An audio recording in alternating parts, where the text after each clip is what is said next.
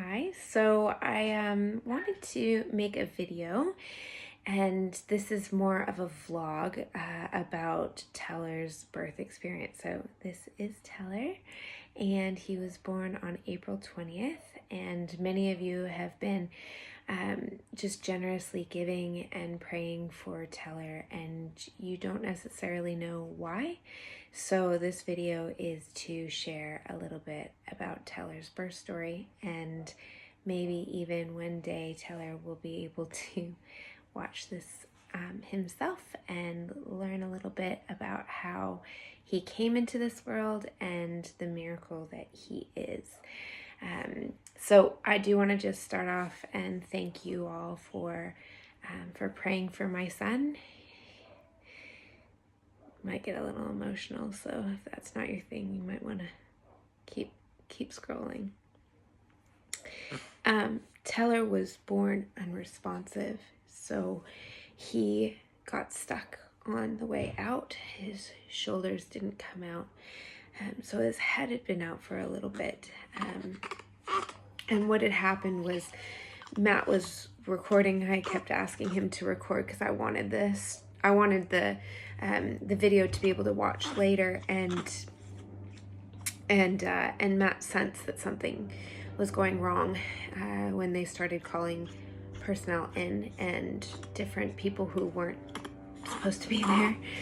And they had the resuscitation table there ready. So when Teller did come out, he was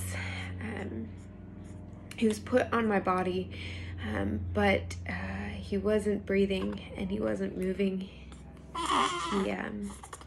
He was unresponsive. So he was whisked quickly off of my body, and the umbilical cord was cut and he was taken to the resuscitation table.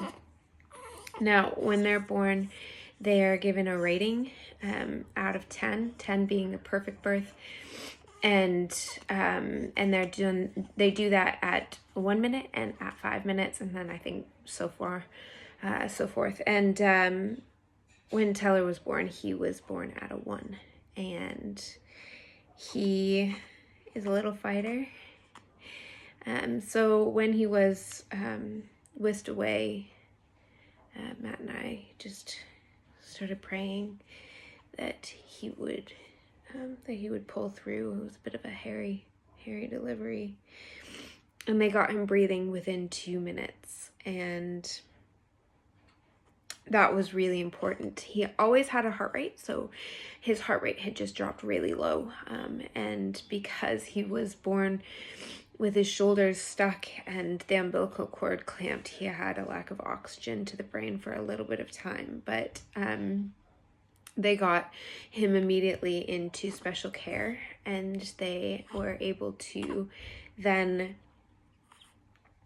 pump oxygen into him through a CPAP machine. And seeing him for the first time in that incubator and being able to touch him was fantastic. It just wasn't the birth that we had expected. We thought he was going to come out crying and get put on my chest, and that was not the case. And because of the fact that they were just the staff at the Wesley were incredible and so professional, I had no idea, and I was so focused on pushing anyway. I had no idea that this was the situation, so I was really caught off guard when he came out unresponsive and unmoving, just the way that he was, and gray and blue, and it's hard to see your son like that. So they reacted quickly, and Teller was then kept in special care for quite a while, but we woke up at about, so we had to go back to our room, our hotel room, I wish, our hospital room, and he got the hiccups, bud. Yeah. He had let's get that in. So we went back to our hospital room, and Teller stayed in special care. And at about 2 a.m., I was awake and wanted to be wheeled down to see him.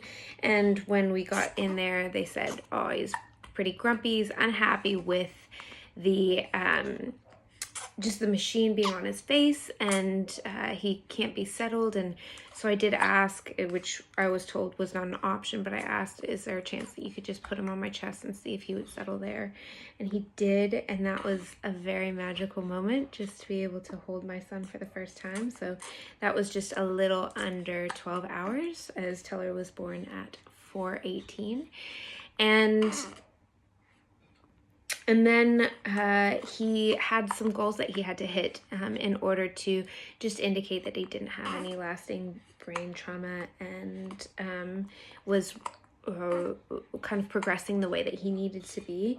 He did a phenomenal job. It took a while for him to feed. I had midwives at the Wesley who were helping me, and it was a very frustrating process, because we know that there are babies that come out and they don't breastfeed. So we're thinking, why are we keeping him in special care if that's what we're waiting for? And really what they were checking was to see, I reckon, more about brain function and capabilities.